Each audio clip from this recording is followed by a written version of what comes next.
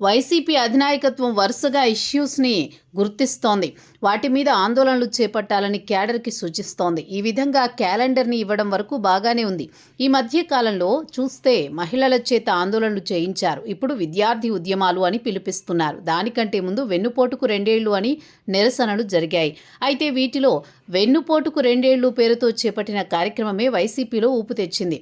మిగిలినవన్నీ తూతూ మంత్రంగానే సాగిపోతున్నాయి. పైనుంచి హైకమాండ్ ఫలానా ఇష్యూ అని పిలిపిస్తే జిల్లాలో నాయకులు మొక్కుబడిగా ఆందోళనలు చేపట్టి మమా అనిపిస్తున్నారు.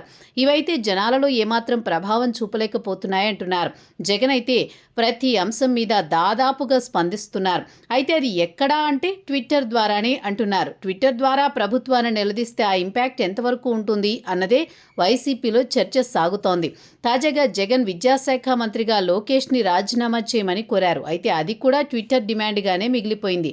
దాంతో జనంలో చర్చకు రావడం లేదు. పాలకపక్షం అయితే అసలు ఎందుకు పట్టించుకుంటుంది అన్నది అంతా అంటున్న మాట. వైసీపీ తరపున రాష్ట్ర వ్యాప్త ఆందోళనలకు పిలుపునిచ్చినప్పుడు జగన్ కూడా ఎక్కడో ఓ చోట తాను కూడా జాయిన్ అయితేనే ఆ ఆందోళనకు గుర్తింపు వస్తుందని, జగన్ ఫోకస్ కూడా ఆ వైపుగా ఉంటుందని, ఆ ఇష్యూని ప్రభుత్వం కూడా అడ్రస్ చేసేందుకు వీలవుతుందని అంటున్నారు. అలా కాకుండా తమ పార్టీ వారితోనే చేయించాలనుకుంటే పెద్దగా సౌండ్ చేయదంటున్నారు. అంతేకాదు వారు సైతం నీరసించిపోయి, ఉత్సాహం తగ్గిపోయి ఒక దశలో ఎందుకొచ్చిన ఆందోళనలు అనేసుకుంటున్నారేమో అని కూడా చర్చిస్తున్నారు.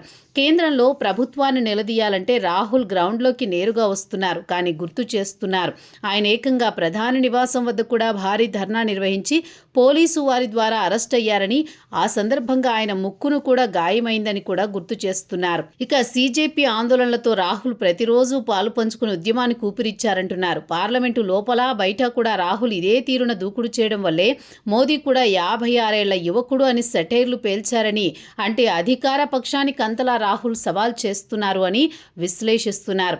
ఏపీలో జగన్కి కూడా బొద్దింకల మద్దతు కావాలా అని సెటైర్లు పడుతున్నాయి.